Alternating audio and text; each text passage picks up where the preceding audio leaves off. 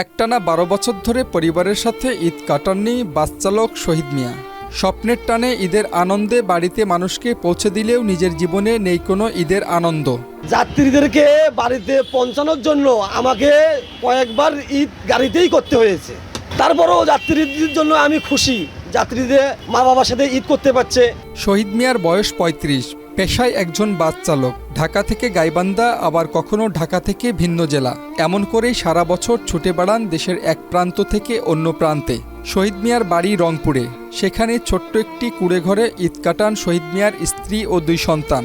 কান্নায় চোখ ভিজে আসলেও সন্তানের সাথে ঈদ কাটাতে পারেন না তিনি। মাঠের নামাজ পড়ে আমার মেয়ে যখন আমাকে ফোন দিছে যে আব্বু তুমি কোথায়, তখন আমি আমার চোখের পানি আর ধরে রাখতে পারি নাই। আমি কথার উত্তরই দিতে পারি নাই আমি কোথায়, আমি গাড়ি। ঈদের সময় কয়েক গুণ বেড়ে যায় যাত্রী চাপ। বাস বন্ধ রাখা মানেই মানুষ ঘরে ফিরতে বিড়ম্বনা। সেই ভার যেন বাস চালকের কাঁধেই। জীবনের স্টিয়ারিং শক্ত করে ধরলেও ঈদের দিনগুলিতে আবেগের বাঁধ অনেকবারই ভাঙে এই মানুষদের।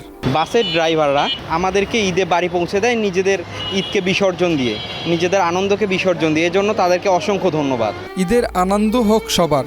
ঈদের দিন নিজে ঘরে ফিরতে না পারলেও যাত্রীদের ঘরে ফেরানোই তাদের প্রশান্তি।